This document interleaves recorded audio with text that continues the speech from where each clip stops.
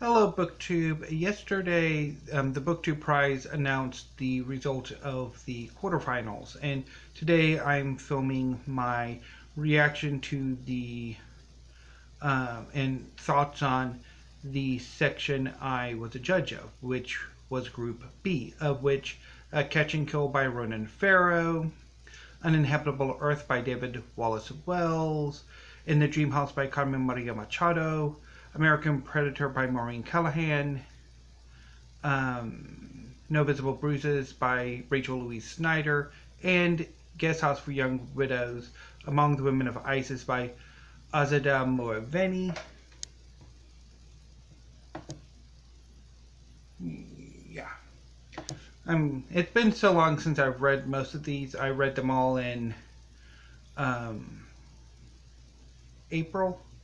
That need a refresher on some of the names. But anyway, so I'm going to put this down. So I read them all, and I have serious critical issues with most of them.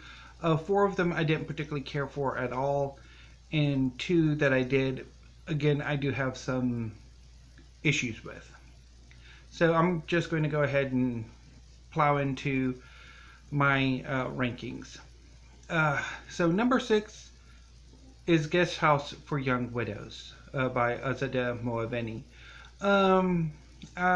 My criticism largely seems to mirror what a lot of other critics, judges have said. The structure of the book doesn't really work. It sacrifices, I think, clarity for quantity. And I think maybe Moaveni could have been more successful had she sort of had a smaller number of women that she focused on. And maybe combine them all as, one woman, one interviewee, or one woman she followed in this chapter, and then another one, so on and so forth, rather than moving back and forth. Another issue I had is some of how she presented the politics and history, I thought could have been better handled, or at least maybe separated out or something. But so yeah, my number 5 is Uninhabitable Earth by David Wallace Wells, which I found to be too repetitive.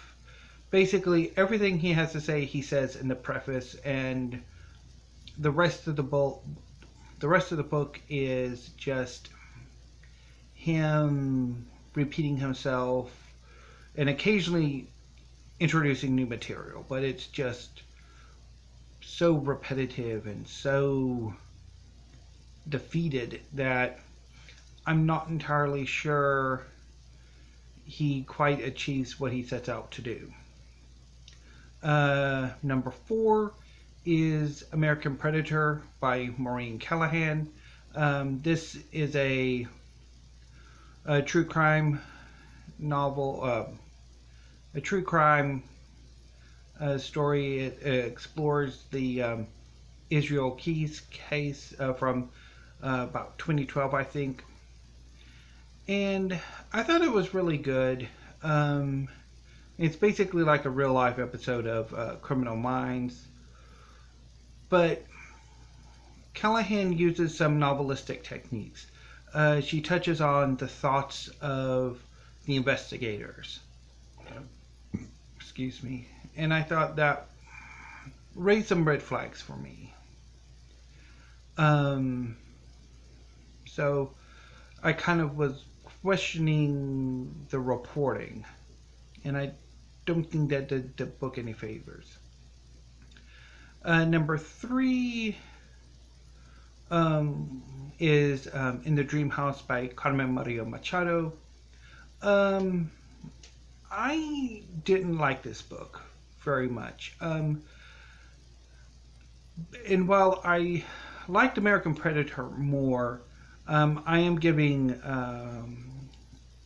Machado props for being experimental, for trying to push the memoir into new directions.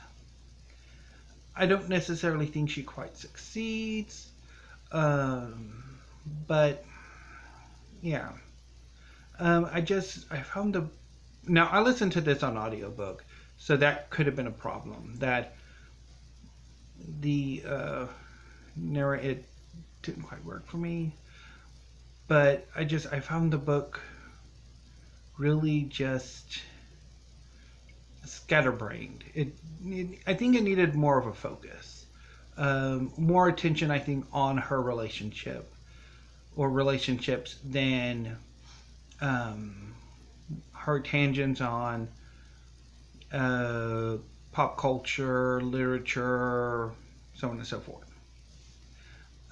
So that left me with No Visible Bruises and Catch and Kill. Now, again, I did like both of these. I thought they were both very strong books. But I do have some very critical issues with both of them.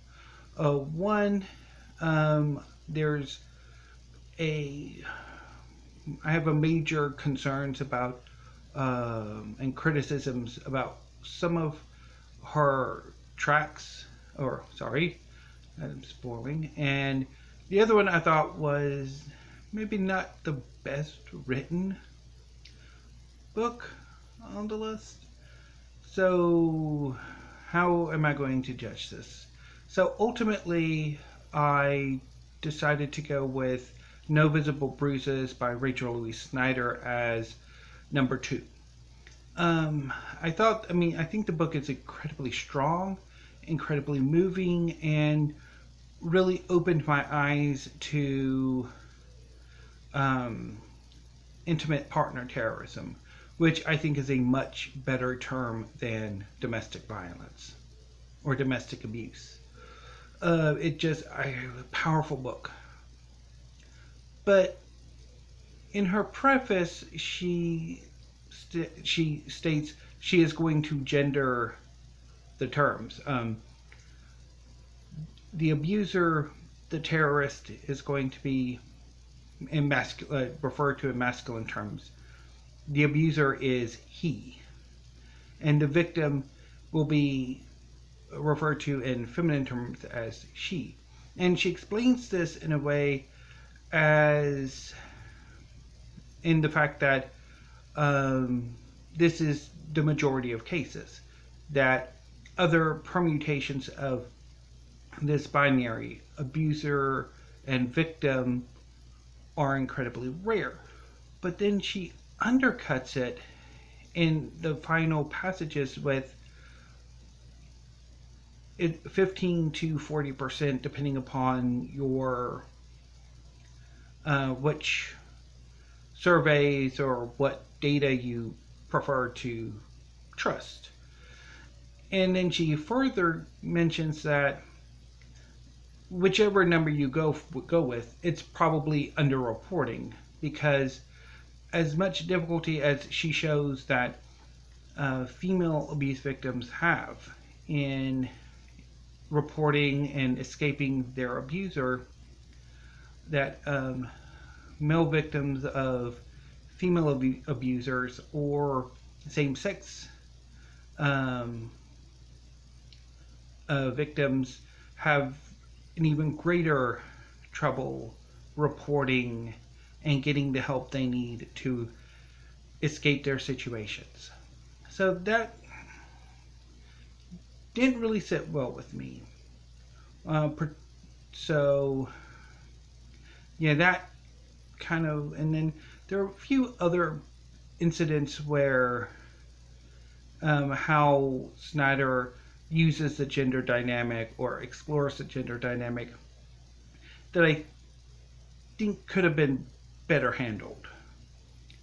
So, and then we get to my number 1, which is Catch and Kill by Ronan Farrow, which is again incredibly moving, powerful, reads quite like a real life Jean Le Carré novel.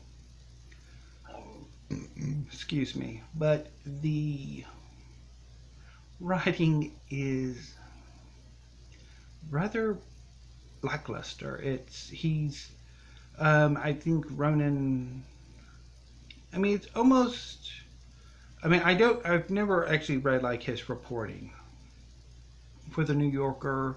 I have read his previous book, War on Peace, which I thought was considerably better written. So I wonder if Farrow rushed the writing of this book because there isn't a polish to it. It's very sort of workmanlike and not quite pedestrian, but it's sort of thriller-esque, maybe is a better term.